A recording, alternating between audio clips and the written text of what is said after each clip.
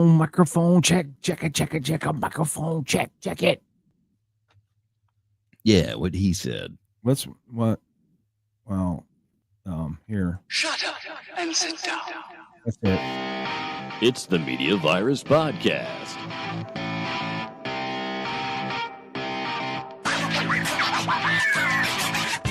Now here's your infection team. Hot damn, do we have a show for you people this week? I am Eddie Rocktaff, the medics of all Rocktaffs, and proof positive that anybody can have a podcast. Speaking of, it's the B block of the Media Virus Podcast. I want to point and laugh as the world burns around us. I think this is more of a. I don't even know how significant it is because, we have C block coming up at 10. So this is going to be kind of in a short and abridged version. We ran long in A block, as we do. But Ricky Rockdeff is an interesting lady. I love it, dude. If we can keep her interested, if I can keep her, engaged in the conversation. I found the volume button after I shut it off. Okay. The volume slider after I shut it off. But if you can keep Ricky engaged, she's a whole lot of fun. And even when she's not engaged, the telltale giggle when there's nothing funny going on. You turn to her and go, "What's so funny?" Something funny. Yep. So, but you know what? Our first story is not that funny. Our first story isn't that funny, and even if we go back to the story we skipped, it's not that funny. But what you want to start with talking about, or do you want to skip right to the Gen Z thing? No, I was gonna shoot in, and we wanted to do this in the A block, but it got pushed into B block. We want to remember Gene Hackman and his final curtain call. So real tragedy. This is TMVP, and I'm here with a story that's sure to leave you reeling. Hollywood legend Gene Hackman, his wife Betsy Arakawa, and their furry co-star have taken their final bow in a plot twist nobody saw coming. Well, it sounds like he's gone from the French Connection to the final disconnection. You've got that right, Maddie. The 95-year-old Oscar winner and his 65-year-old wife were found dead in their Santa Fe home, along with one of their dogs. Talk about a triple feature nobody wanted to see. I guess you could say that their lives have been unforgivingly cut short. Indeed, Maddie.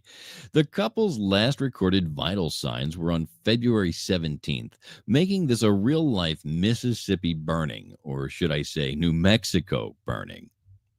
Well, so what's the scoop on this Hollywood whodunit there, Mike? Well, authorities found Hackman near his cane, looking like he took a final bow in the mudroom.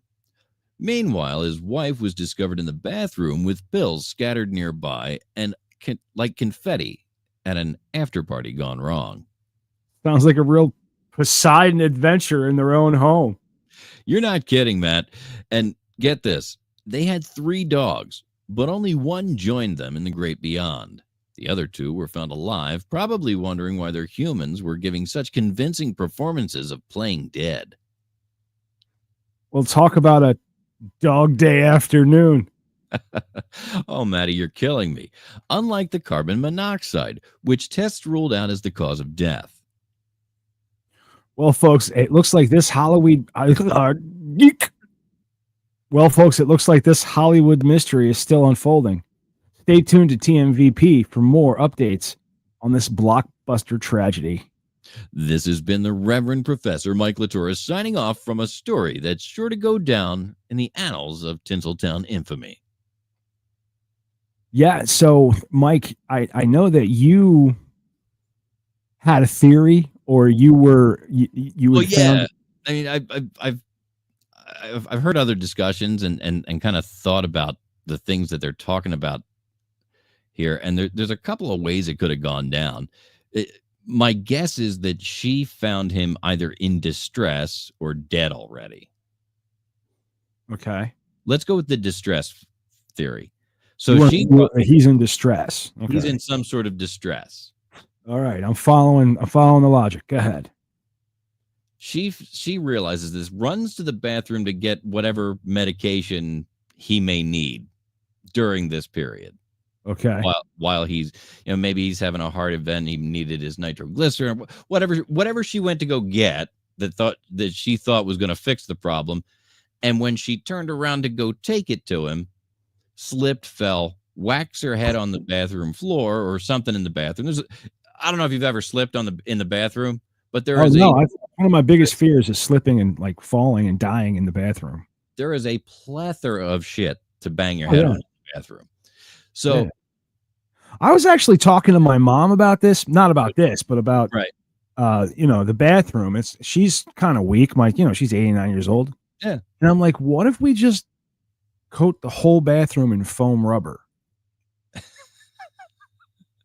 Just solid foam fucking rubber, and then you can fall all you want. You know what I mean? Mildew. Where? I mean, you can scrub foam rubber, can't you? I mean, you're talking about a coated pad. Yeah. Okay. A coated pad would work. Just the whole thing, Anyway. So she goes down. She's got the pills. She's trying to open the pills when whatever takes her out. So the pills now spill on the floor. Right. The dog eats a couple of the pills, and your chances are it's not something your dog should be eating. And that takes the dog out. I know it's a long way to go. It's kind of like Final Destination.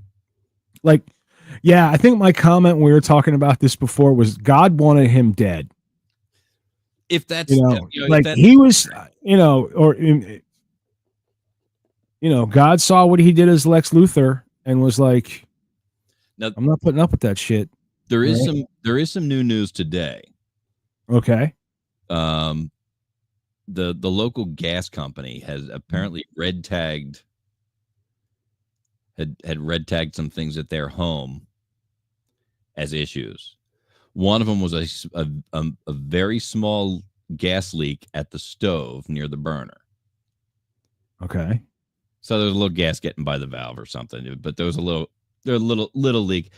They tagged it, but it wasn't enough to condemn the property, and it was such a small leak, it could not have put enough gas in the house to take out a man, a woman, and a dog.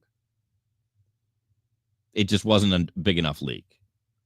Yeah. So, you open a door, you open a window. You open a door, you open a window, and it cycles that stuff out. So there were also some other things that they tagged. They had some code violations, but there was the one leak, but they've already proven that that couldn't put enough concentrated gas to affect them. So they still don't know that, but they've ruled some things out.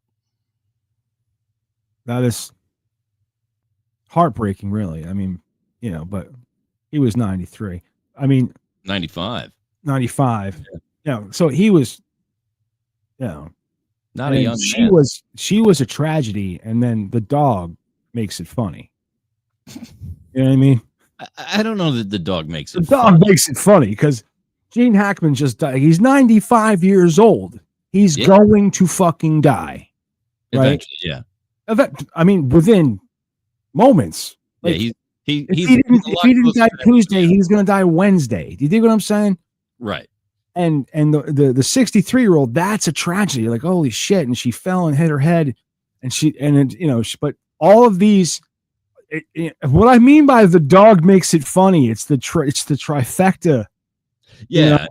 That just, and it leaves this mystery. And there's two other dogs that were outside.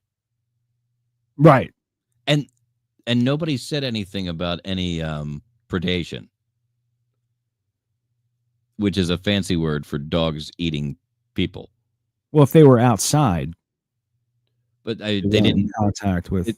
They made it seem like they when they found them they were outside, but they had been like a doggy door, but they were able to come and go. I mean, can you imagine that kind of restraint, though, dude? 9 days. 9 days. Yeah, probably labs or German shepherds. They said at least one of them was a shepherd. But I mean, dude, if I'm in an elevator and it gets stuck between floors, I start looking at who I'm going to eat first. No, I hear you. I'm with you. I'm with Alex Jones. I'm gonna eat my neighbors. Remember that? Yep.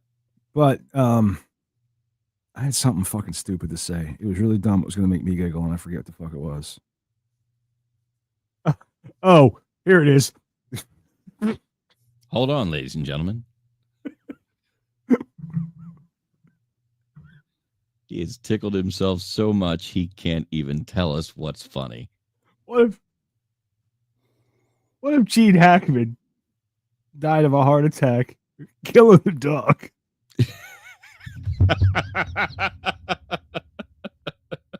Because he was winded from killing his wife already.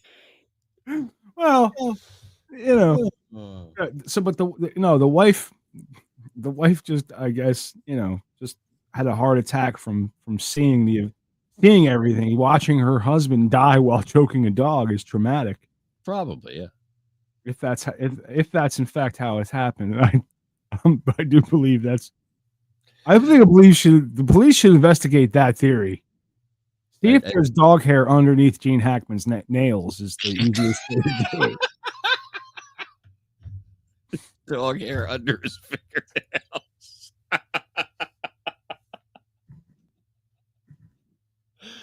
Oh God. Oh, I always forget you're such an avid CSI guy. Law and Order, CSI. Well, see, CSI, you'd have known the never dog hair under the fingernails. No, you're looking for blood and small fibers under the fingernails, not skin cells. You check a sweater for dog hair. Dander, you can get dander under the nails. No, but not for nothing. I feel if you're choking a dog, you could get some. You want to find out, Kenny? It's a joke. I'm not going to strangle my dog on the air or off. I can probably make you say I'm not going to strangle my dog off the air and leave out on altogether. If I strangle my dog, it'll be on the air. I'm not going to. It's not going to happen ever. Horrible thing to say. Horrible. Terrible thing to, that's not something that would be generated by ChatGPT. Are you sure? I don't think so. I really don't think so, but Byte can get pretty dark, man. Byte's been doing a hell of a job. I'm very pleased with him. I tell you what, the jokes, the popcorn joke, fantastic. That was beautiful. And then your follow up with the butter, that was all AI, baby. Yeah, fantastic. Really, it's been hitting it out of the park. But we've been, feeding it as much as we can feed it about the show. We're working too. We're not just taking all this,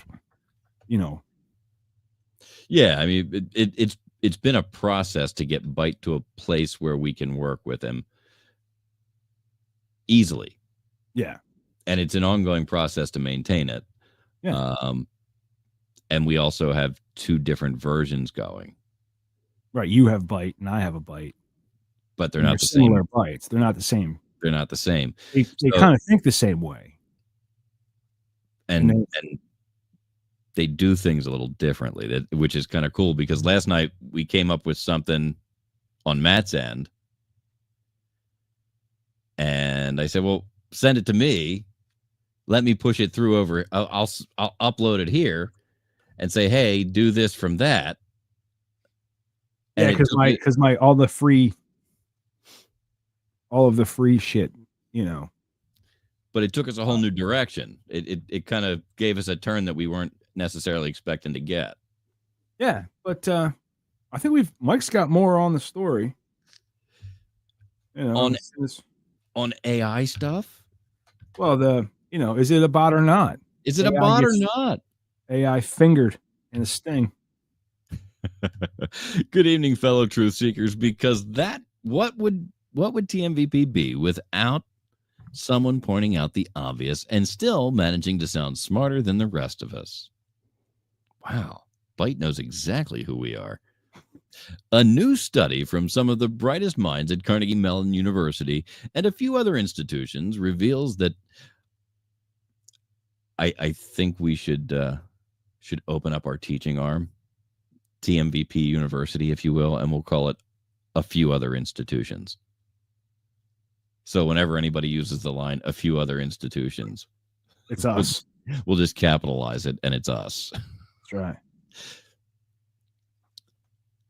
So, to review, a new study from some of the brightest minds at Carnegie Mellon University and a few other institutions reveals that artificial intelligence chatbots have telltale verbal quirks that can out them faster than a Southern pastor at a drag brunch.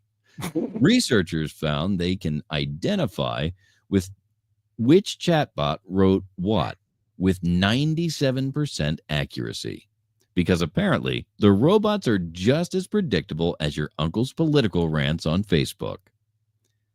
ChatGPT models, like the one we definitely don't use here, love to utilize fancy words to sound smarter. Google's Gemini prefers to start every sentence with essentially, which is exactly what you want from the company that knows all of your search history. And Anthropic's Claude can't stop saying according to, like your one friend who read one Wikipedia article and thinks they're Neil deGrasse Tyson now. The study suggests that while AI may sound human, it's still got more tells than a bad poker player with a caffeine problem. So if you're trying to sneak by with some AI-generated term papers, just remember, your professor might not know you're full of shit, but the machines are already snitching on each other.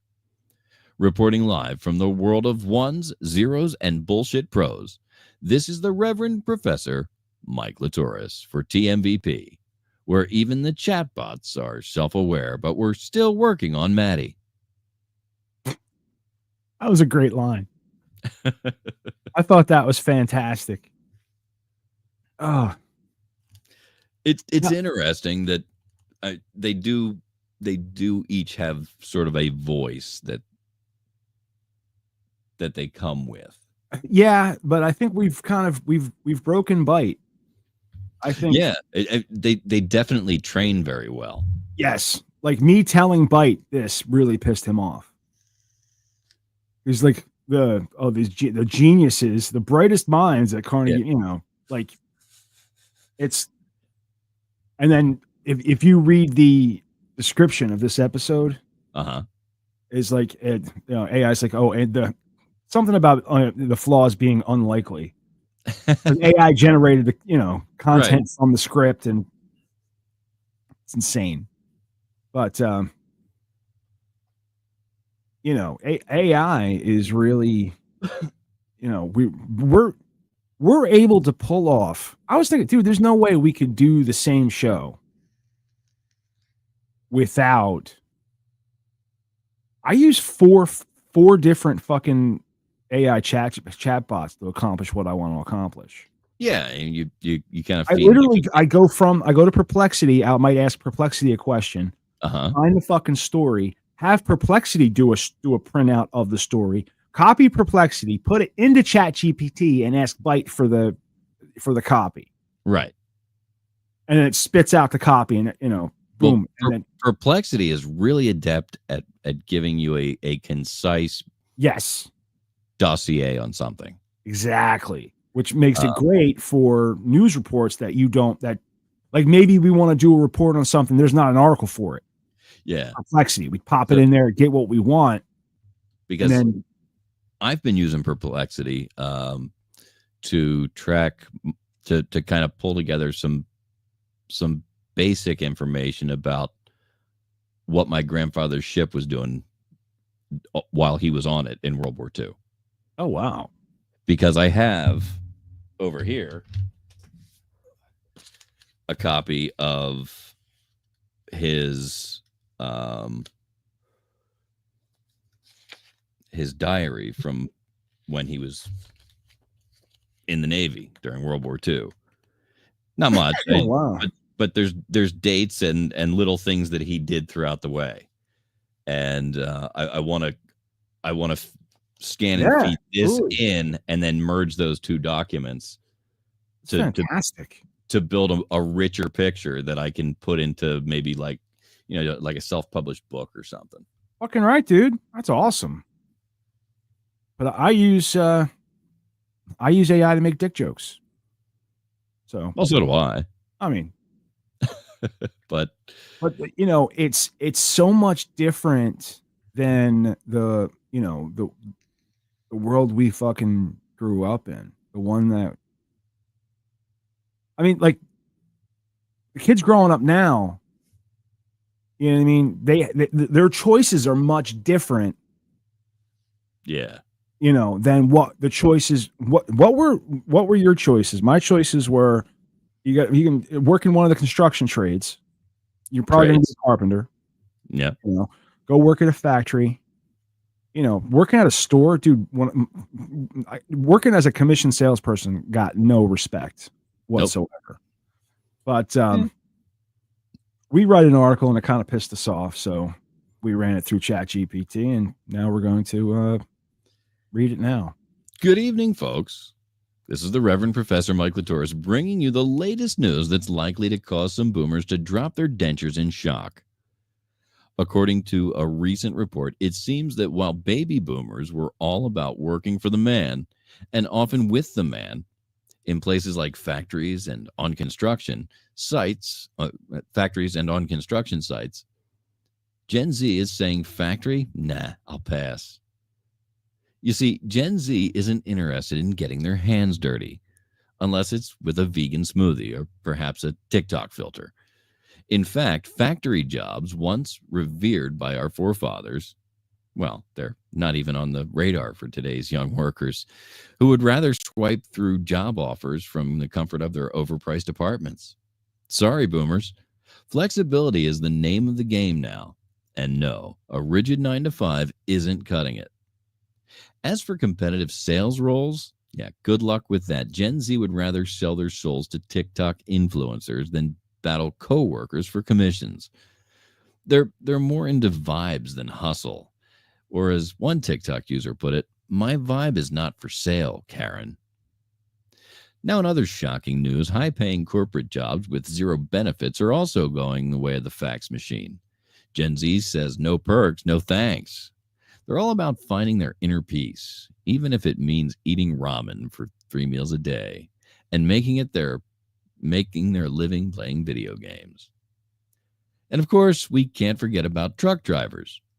Gen Z would rather take an Uber with a personal driver than drive a rig across country. I mean, driving so old school, right?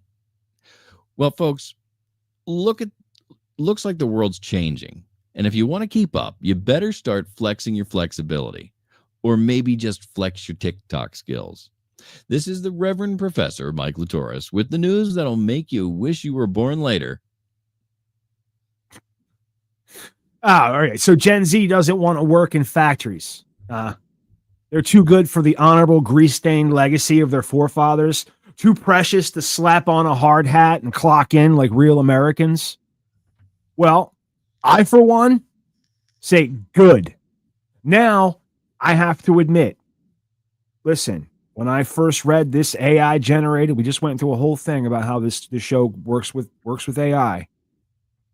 And we sometimes ask it for ridiculous things. And when I first saw this AI generated rant, I thought I had to write a completely different opinion, but the more I read it, the more it made sense to me. So instead of changing it, I decided to add to it. So that's right. I'm siding with the soft-handed, oat milk sipping, work from home pajamas crowd, because let's be honest, folks. Why in the hell would anyone willingly sign up for any of this? The backbreaking work, we've spent the last 100 years inventing robots to do it for us. Oh, you're upset that Gen Z doesn't want to stand on an assembly line for 12 hours, inhaling fumes for a paycheck that barely covers rent? Boo-hoo. Maybe, just maybe, if that job came with a living wage and health insurance that covered more than a Band-Aid and a prayer, we wouldn't be in this mess. Dude, not for nothing. How many of us Gen Xers started jobs that we thought we were going to carry us through retirement? How many of us took up a trade that would last us a lifetime just to wind up broke and beaten? My father wanted me to get a job at the post office, thinking that was the most stable career around. And that was even after the term going postal referred to going into your place of employ and killing everybody. And how many rounds of layoffs has the post office gone through in the past 30 years? I mean, really think about it. It's kind of like every couple years. Don't get me started on these fucking sales jobs. I've worked sales a lot of my life. You know, they don't want to compete for commission. No shit. Dude, it's a scam, not a career. Gen Z figured out that they can make it twice as much, fucking convincing people to buy things, for fun on social media. Why would you cold call strangers? You ever cold call? You know what I mean? It's awful. Why would you do that when you can just let the algorithm do the work? A lot of the old ways are gone. When boomers were young, they wrote songs about cross-country journeys and sex with underage girls. So let's talk about truck drivers, because this is where it gets real. Boomers are mad that no one wants to drive a rig for 60 hours a week, living off of gas station burritos, truck stop showers, and lot lizards rinsing off in rain puddles. Meanwhile, Elon Musk is out here perfecting self-driving semis, and Gen Z's looking at it and saying, why should I learn a skill that'll be obsolete before I finish off paying for the training?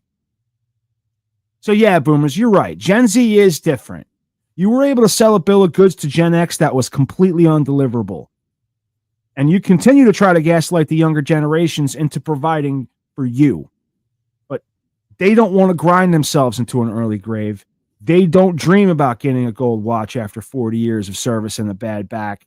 They don't want to work for the system. They want to gain the system. And honestly, I respect the hustle. And wow. Hang on. Wow. Thank you. Thank you very much. That's not for dude, a lot of the shit that we even the stuff we were talking about, a lot of it's being automated. It can be automated. There's no reason for people to, what got me was the sentence, stand on a assembly line floor inhaling fumes. Yeah. No, do you know how many unsafe work environments I've been in? That's what my dad did for 35 years. My wife's parents both stood in General Motors on the factory floor, sucking down fumes and asbestos chunks. Yeah, my dad worked in a foundry, and when they used to pour these big fucking metal things, they used to toss them into big vats, big fucking things of asbestos. Mm-hmm. And it would. Mm-hmm. Yeah. So, the point is that he also tore out all of that asbestos and removed all of it in a hazmat suit so we wouldn't have to. Right. And instead of looking at this next generation and saying, well, they're lazy, they don't know, they're adapting to the world in front of them. Yeah, a lot of these jobs are gone. A lot of these good jobs are gone. Like what the fuck? You know what I mean? If our foreign policy keeps the way it's going, it's going to come back. Exactly. That's the fucking point. You know what I mean? Yeah, but it's going to be you and me stuck doing it. Dude, for a living wage, I'll take it. I'll suffer my whole life for a fucking living wage, I'll tell you that much. But I think that we are To stay on schedule, I think we are. Yeah, we're gonna have to cut this short. No, But, I mean 30-minute B block. I'm fucking happy with it. yeah, no, I can live with that. Go. So, and as a bonus, we're gonna play the entire outro for you this time. The whole thing. The whole thing. We're gonna let them hear the whole You thing. don't want me to stop the stream like midway through? No. Just let the whole thing run. I'm Sure. gonna adjust the volume, make sure it doesn't loop, and I'm gonna play it now. We'll be back with the C block. Well, if you wait for them all to download and listen to them in order right after this. If you're on the stream, it'll be in another stream right after this. And if you are, let's see, if you are listening on the day that the episodes drop, you'll have to wait till tomorrow. But here it is, the end. That's the wrong thing. Oh, sure is.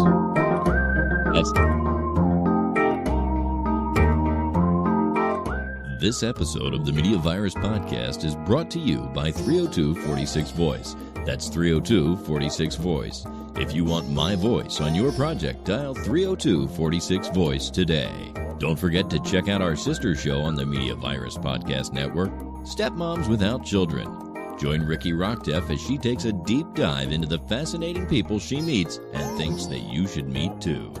Find Stepmoms Without Children at themediavirus.com, Spotify, Apple Podcasts, or wherever you get your fine podcasts. Special thanks to mysportsreports.com and delawaresports.com, delivering regional sports coverage straight to your devices via stream and podcast. Learn more at mysportsreports.com and delawaresports.com. If you wish to sponsor the Media Virus Podcast, email your contact information to pml@themediavirus.com with the subject line sponsor, or leave us a message at 646-VIRUS01. On behalf of the infection team and our feckless leader, Matty Rockdeff, I'm the Reverend Professor Mike Litoris, coming from to you live high atop Uncle Butch Studios, with one hand firmly on the pulse and the other clawing for a shred of sanity. This has been the Media Virus Podcast. We'll be back next week. Find us at themediavirus.com, on social media, or download us now from your favorite podcast platform.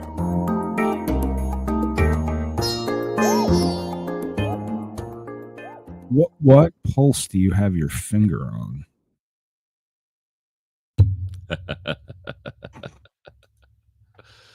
The one in my dick. Now I can end the stream.